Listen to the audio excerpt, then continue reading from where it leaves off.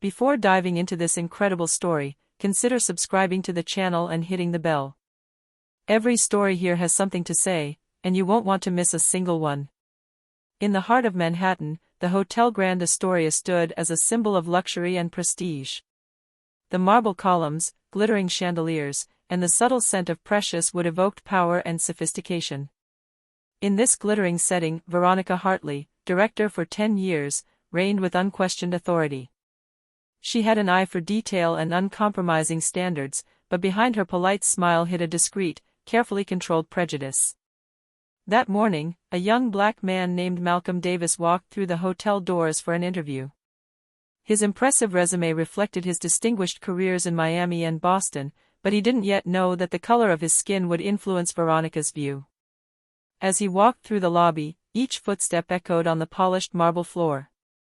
Customers and employees alike stared at him, admiring his confident demeanor, but some were already making hasty judgments. Malcolm took a deep breath, determined to maintain his composure and his image. He had only one goal in mind: to prove that talent and merit could not be dismissed by superficiality and discrimination. In the top-floor office, Veronica adjusted her glasses and flipped through files, unaware that this interview would disrupt her routine and her perceptions. The meeting that followed would be more than just an interview, it would be a test of competence, patience, and dignity. Malcolm Davis walked confidently into Veronica Hartley's office. His dark blue suit was impeccably pressed, his white shirt crisp, and his resume neatly tucked into a leather folder. He smiled politely and extended his hand. "Good morning, Mrs. Hartley." "Thank you for seeing me," he said in a calm, collected voice. Veronica barely looked up from her computer. A polite, almost mechanical smile played on her lips. "Have a seat, Mr. Davis," she replied, no warmth in her voice. As Malcolm took his seat, he noticed the room's icy atmosphere. The walls were lined with photos of the hotel, trophies of excellence, and framed certificates. Everything exuded luxury and arrogance. Veronica began the interview, asking technical questions and business scenarios. But her gaze, gliding over Malcolm's skin, betrayed a preformed opinion. Malcolm responded calmly, detailing his experience at prestigious hotels in Miami and Boston, his successes in management and team optimization. "Your credentials are impressive," Veronica said, her tone polite but distant.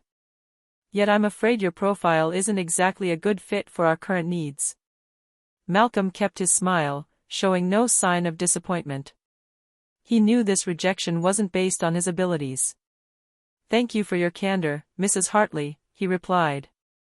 "I hope our paths will cross again under more favorable circumstances." As he left the office, he felt the weight of Veronica's gaze on him.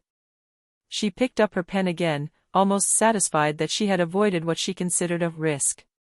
Malcolm took a deep breath and silently vowed to turn this rejection into a strategic victory. Malcolm left Veronica Hartley's office, his smile still intact, but his eyes betrayed a spark of determination. He descended the marble stairs, feeling the gazes of the employees following his every step. Some sized him up with curiosity, others with admiration, but he knew that in the director's heart, he was just a misfit. In the lobby, Veronica turned to her assistant, a slight, satisfied smile on her face. "He was talented, sure, but I doubt he'd fit in with our team. Too different." Malcolm heard the words as a distant echo, but he didn't let any emotion take over. He knew that reacting in anger would only harm him. Outside, the Manhattan sun beat down on his face, but it seemed to brighten his determination rather than discourage him. He walked to his cab, mulling over every moment of the interview. Veronica's subtle contempt, her choice of words, the condescending tone.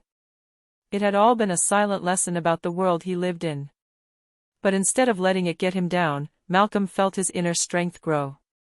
"This isn't the end," he muttered to himself. "This is just the beginning." Arriving home, he sat down at his desk and laid out his resume, certificates, and letters of recommendation. He mentally noted every skill, every success he had accumulated over the years. He recalled his family's sacrifices, the hours of work, the perseverance in the face of obstacles. None of this could be undone by prejudice. That day, Malcolm made a silent vow: he would not just prove he was qualified. He would show Veronica and anyone who doubted him that talent, strategy, and patience always overcome arrogance and prejudice.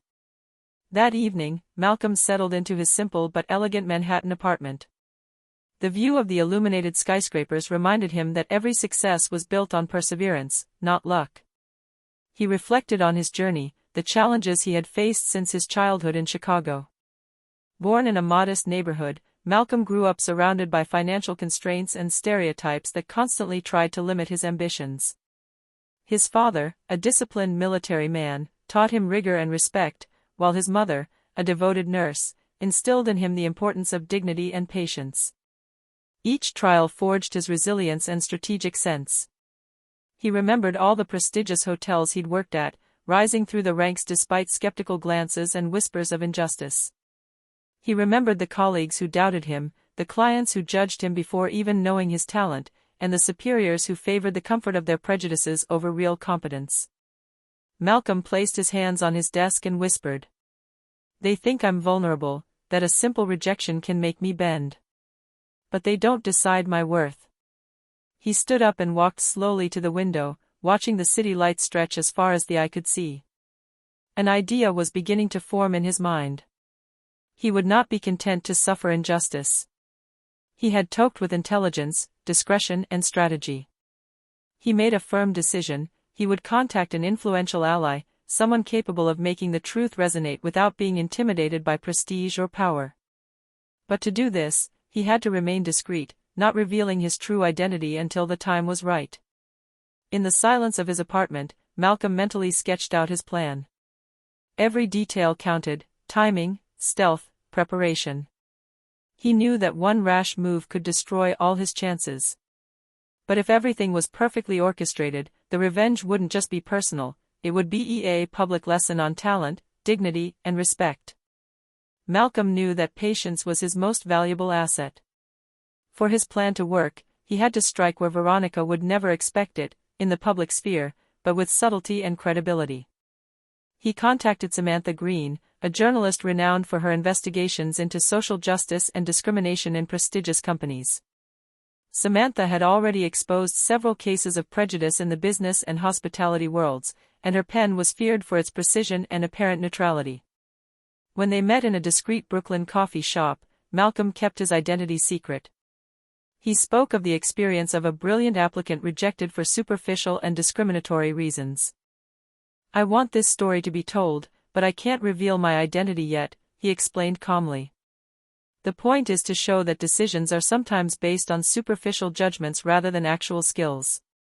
Samantha nodded, captivated by the precision and coherence of his story.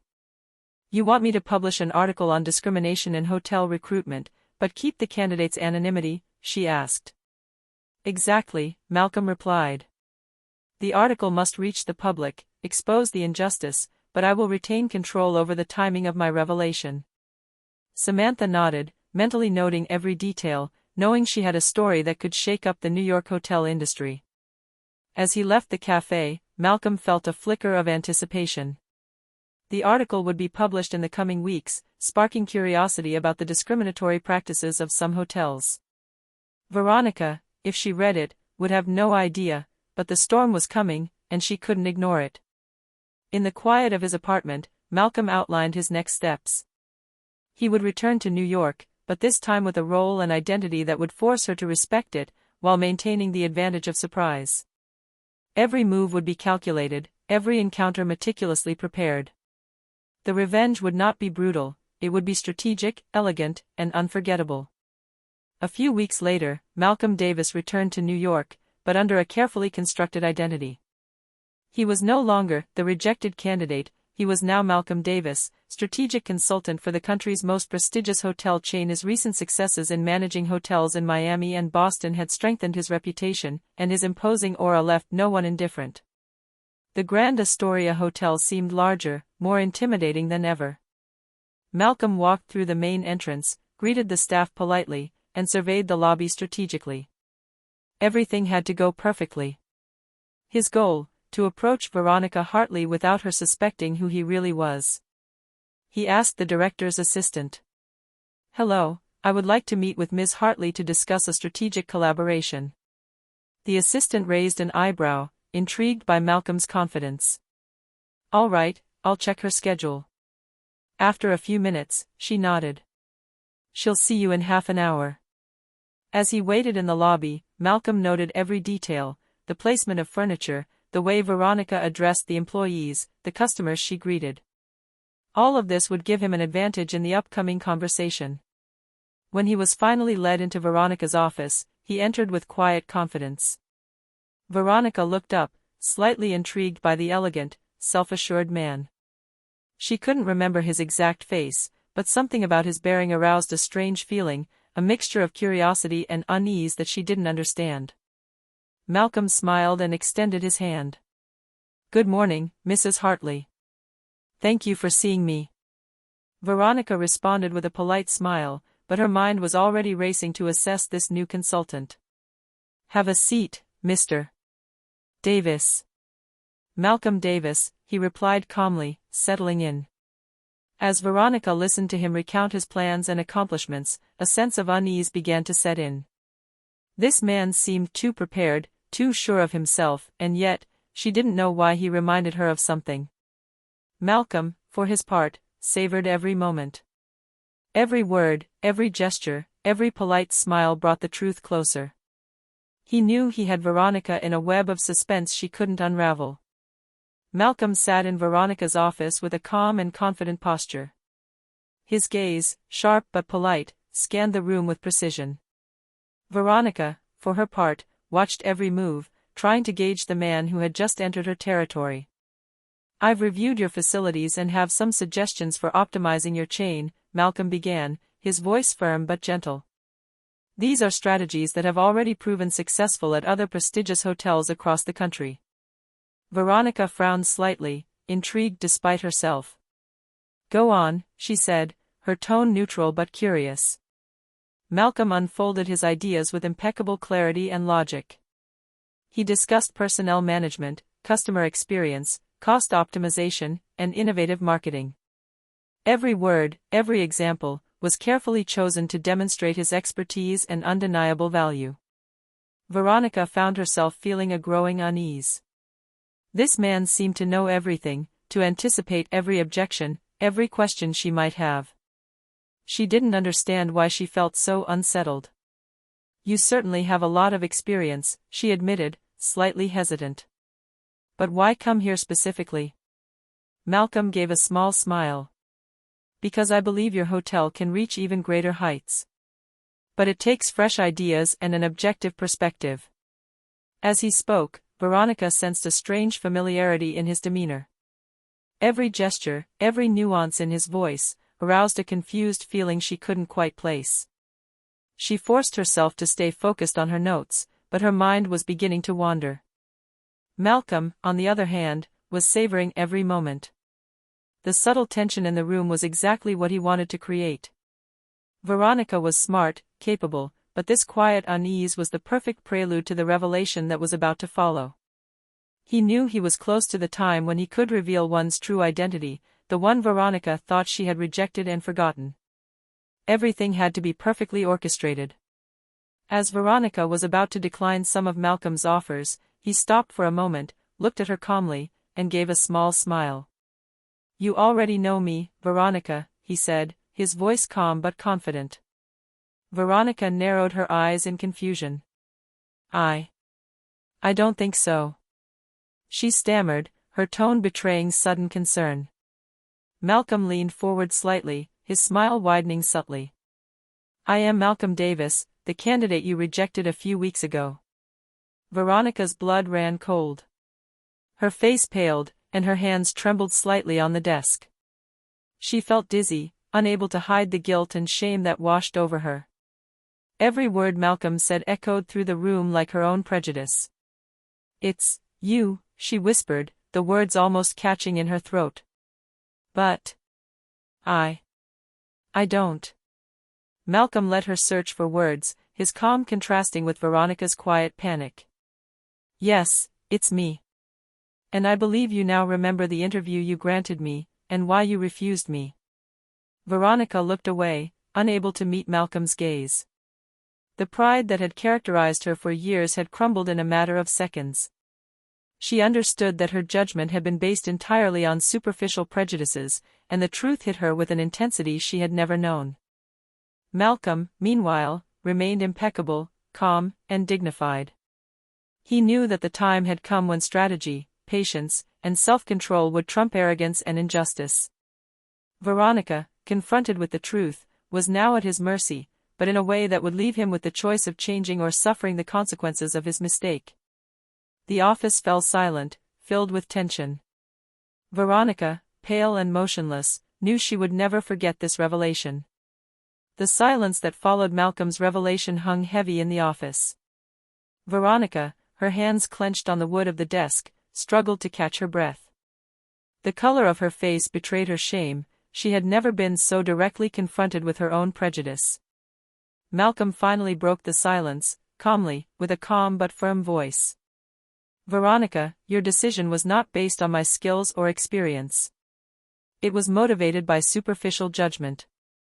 She looked away, unable to answer. No words could justify her behavior. Malcolm continued, without animosity but with unquestionable authority. Today, I have the power to decide whether this channel will benefit from my services, or not. And I assure you, this is not a threat. It is a logical consequence of a choice you made without any valid reason. Veronica felt a lump of anxiety form in her throat. Every word Malcolm said echoed the truth she'd refused to see. Her pride, her control, everything seemed to slip away in seconds. Malcolm, however, remained calm and dignified. He wasn't seeking gratuitous humiliation, he simply wanted to show that skill and strategy always trump arrogance and prejudice. He paused briefly, letting Veronica digest his words. I have a project for your hotel, he continued quietly. But there are conditions. You must commit to implementing mandatory diversity and inclusion training for all your managers. And you will need to review your recruitment criteria to prevent other talented people from being unfairly excluded. Veronica remained silent, her eyes fixed on the floor. Her mind was racing. Accepting would mean publicly acknowledging her mistake. Refusing would mean losing a strategic and professional opportunity that could propel her hotel even higher. Malcolm finished calmly. The decision is yours. But know that I am not here to punish. I am here to provide value that you almost ignored. Veronica finally looked up, her eyes shining with a combination of fear, shame, and wonder. She knew she had to make a choice, and that choice would have lasting consequences for her career and her perception of justice. Veronica, still shaken by the revelation, remained silent for a long moment. Her mind raced, analyzing every possibility. Malcolm, sitting across from her, maintained a calm and commanding posture, letting the full weight of the situation rest on her. Very well, Malcolm, she finally said hesitantly. I understand your conditions. A slight smile crossed Malcolm's face. Perfect. Please know that this collaboration can transform your hotel, but it will only work if your teams embrace a new vision, respect, inclusion, and excellence. Veronica nodded, knowing that her career and the hotel's reputation now depended on this choice. She realized that this was not just a lesson for her, but a clear message for her entire team: competence and talent must prevail over prejudices.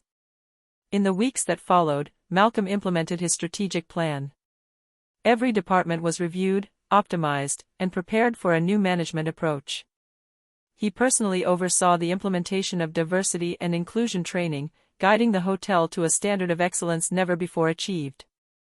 Veronica, despite her wounded pride, observed the changes with a mixture of humility and growing respect for Malcolm. She understood that her defeat was not humiliating because of Malcolm's choice, but because of the simple truth: he possessed the talent and vision she had tried to ignore. The employees, who had initially followed Malcolm with curiosity, began to recognize his expertise and leadership. The hotel lobby, once silent and stuck in routine, now vibrated with a new energy, a culture of respect, inclusion, and performance.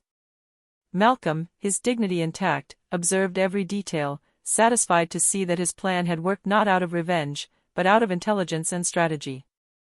He had transformed a personal injustice into a professional and moral triumph, leaving Veronica and everyone around her to reflect on the power of patience and self-control. A few months later, the Hotel Grand Astoria was unrecognizable. The corridors echoed with mutual respect between staff and management. The diversity and inclusion training Malcolm had implemented had transformed the internal culture. Every employee, every manager, had realized that talent and competence surpass superficial judgments. Veronica Hartley, once arrogant and prejudiced, had changed. The principal had learned humility and the value of recognition. Although her ego remained fragile, she began to understand that true excellence lies in respect and inclusion, not superficial power. Malcolm, meanwhile, had become a respected figure not only for his expertise, but also for his dignity and strategy. The media quickly picked up on his story, the rejected candidate who had returned with undeniable authority and transformed a prestigious hotel into a model of diversity and excellence. Samantha Green's article had been the catalyst, but the real lesson came from how Malcolm had carried out his revenge, with patience, intelligence, and integrity. In her office, Veronica looked at him, knowing that she had to do more than admit her mistake. She had to continue to apply this lesson in her professional life. Malcolm, smiling slightly, handed her a final report on improvements and growth prospects. "Thank you for this opportunity, Veronica," he said calmly. "But remember, respect and competence are non-negotiable." Veronica nodded, her eyes shining with new understanding. Malcolm left the office, leaving behind a scent of quiet power and a clear message: true strength lies not in humiliating others, but in self-control, strategy, and dignity. The Grand Astoria Hotel, under Malcolm's influence, became a symbol of success and fairness in the hotel industry. The story of the rejected candidate who became the master of the situation was remembered as an example of perseverance, strategy, and subtle but relentless justice.